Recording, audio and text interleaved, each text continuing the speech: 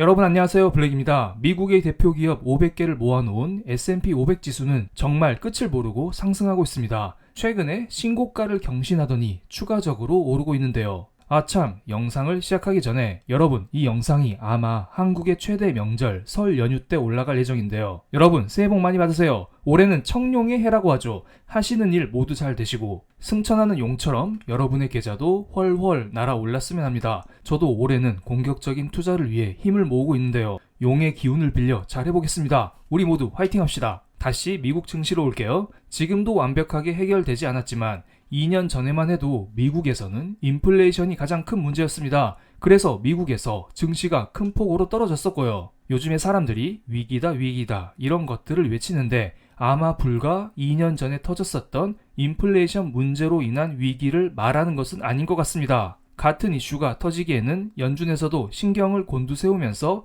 현재의 고금리를 유지하고 있거든요. 아마도 다시 인플레이션이 심해지기에는 어려울 것 같습니다. 아마도 많은 사람들은 코로나 이전의 상황과 비슷한 위기를 걱정하는 게 아닐까요? 2018년 연준에서는 경제가 좋다고 주장하면서 기준금리를 계속 올렸었죠. 첫 번째 박스를 보면 그때 사람들이 금리 좀 제발 내려달라고 아우성치면서 증시가 이렇게 떨어졌었던 기억이 납니다. 그리고 그 이후 3번 정도의 보험적인 금리 인하가 있었지만 우리는 결국 중국에서 날아온 코로나라는 바이러스를 이기지 못하고 다 같이 무너져 버렸습니다. 그래서 많은 사람들이 코로나 같은 보건 위기가 올지 안 올지는 모르겠지만 현재 기준금리가 매우 높기 때문에 고금리의 부작용이 터지면서 2018, 2020년과 비슷한 문제가 터질 수 있다라는 걱정을 하는 것 같습니다. 요즘 시장은 정말로 무언가 터져야 끝나는 게임 같습니다. 그런데 여기에서 코로나 이후의 증시를 가려보겠습니다. 이때 미국 증시를 보면 날마다 사상 최고치를 경신하고 있었죠. 지금과 비슷하지 않나요?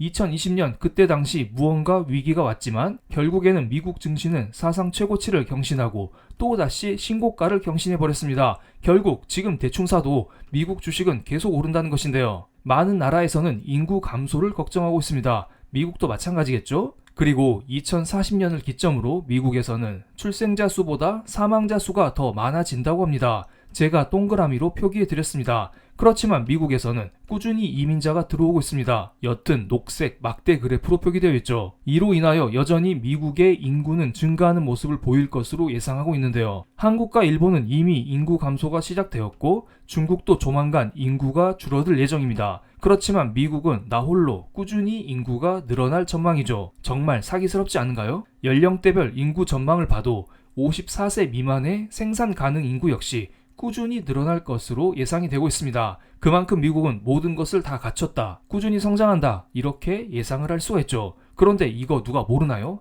다들 알고 있습니다. 많은 사람들은 과거에 미국 증시가 이따금씩 폭락했었기 때문에 이번에도 혹시 그런 시장이 펼쳐지지 않을까 이러한 생각을 하는 것입니다.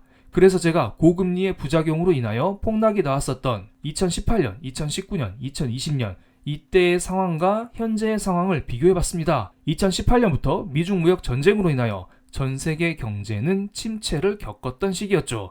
특히 미국과 중국이 서로 좋지 않았습니다. 먼저 미국의 제조업을 볼게요. 미국의 제조업 지수도 2018년, 2019년 지속적으로 떨어지는 모습이 나왔고 그때 당시 트럼프 행정부는 감세 정책을 펼치면서 제조업을 살리려는 노력을 했습니다. 그 결과 2020년 1월 달에 제조업 지수에 반등이 나왔지만 이내 곧 경제 위기를 맞이했죠.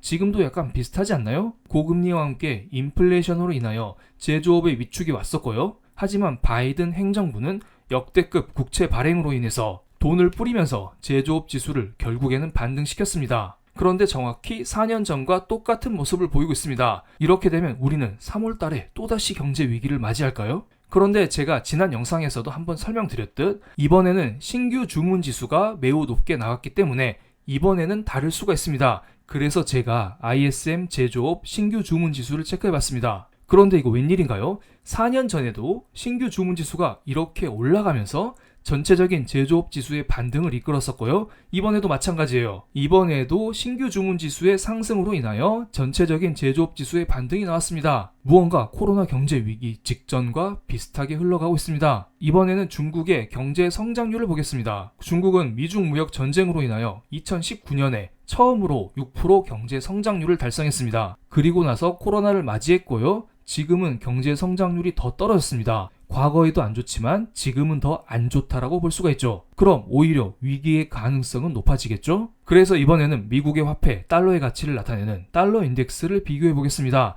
달러는 미국 경제가 다른 나라에 비해 좋을 때 상승하는 경향을 보이지만 다른 한편으로 글로벌 경제가 불안할 때 안전자산인 달러로 돈이 몰리면서 달러 인덱스가 상승하곤 합니다. 그렇기 때문에 달러 하나만 봐서는 지금이 과거와 비슷하다? 다르다? 이것을 판단하기에는 어렵습니다만 단순히 달러 인덱스의 흐름만 봤을 때에는 비슷하다고 봅니다. 2019년이든 현재든 전체적으로 달러가 쉽게 꺾이지 않고 꾸준히 상승하고 있습니다. 여기까지만 보면 코로나 직전과 지금은 완전히 흡사하다고 볼 수가 있는데요. 그렇지만 몇 가지 다른 점이 있습니다. 여기서부터 중요하니까 천천히 보시기 바랍니다. 먼저 10년물 국채금리와 2년물 국채금리를 동시에 그려봤습니다. 코로나 경제 위기가 터지기 전에는 2년물, 10년물 모두 전체적으로 떨어지는 모습이 나왔고요. 그렇지만 현재는 반대의 모습을 보이고 있죠. 10년물과 2년물 국채금리 모두 상승하는 모습 혹은 제자리를 유지하는 모습을 보이고 있습니다. 이것은 이렇게 해석할 수가 있습니다.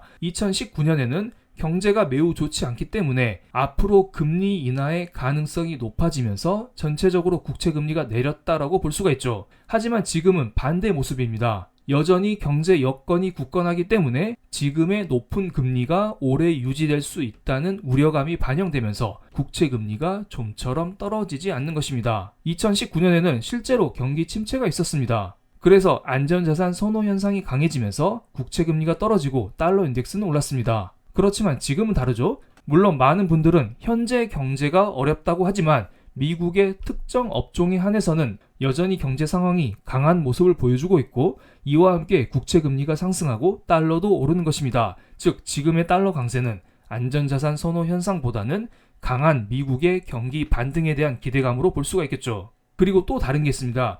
이것은 미국의 시중은행들이 중앙은행인 연준에 맡겨둔 돈을 말하는 것입니다. 지급준비금이라고 하죠. 어떻게 보면 이 돈은 은행의 쌈짓돈이라고 할 수 있습니다.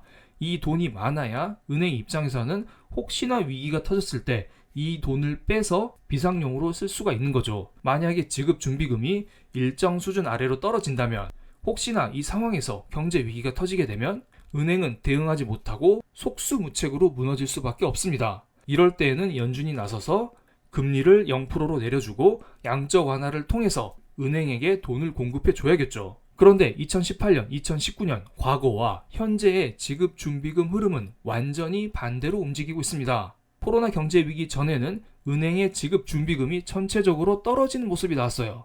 그러니까 무언가 경제 상황이 어려워지면서 은행이 보유하고 있는 돈 자체가 없어지고 있었다는 것입니다. 그런데 지금은 다르죠. 일단 2020년 코로나 경제 위기가 터지자 연준에서는 무제한 양적 완화를 시행했습니다. 쉽게 말하면 시장에 무한대로 돈을 뿌렸다는 것입니다. 그럼 이 돈이 다 어디로 갔을까요? 1차적으로 시중은행에 흘러갔겠죠?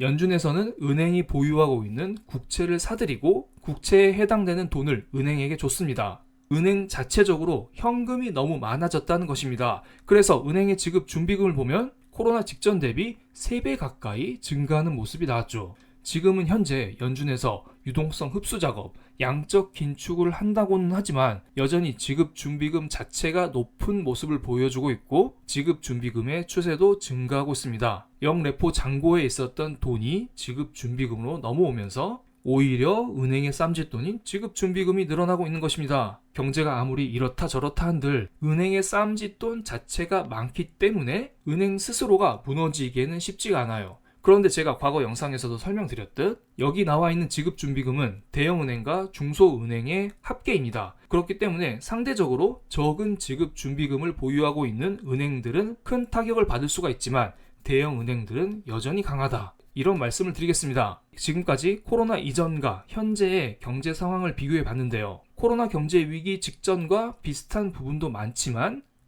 다른 부분도 몇 가지 있습니다. 그래서 저는 언제든지 위기는 올 수 있다는 생각을 가지면서 성장이 나오는 섹터 위주로만 투자를 하고 있는 것이고요. 그리고 제가 보는 몇몇 지표들이 있는데 이러한 지표들이 꺾이게 되면 언제든지 시장에서 나올 준비를 하고 있습니다. 그 전까지 최대한 수익을 거둬야겠죠? 다음 영상에서는 제가 어떤 지표를 중심으로 보고 있는지 이것들을 여러분께 설명드리는 시간을 갖겠습니다. 그럼 오늘 영상 여기서 마치겠습니다. 제 영상이 마음에 드셨다면 구독, 좋아요, 알림 설정까지 부탁드리겠습니다. 감사합니다. 모두 행복한 설 되세요.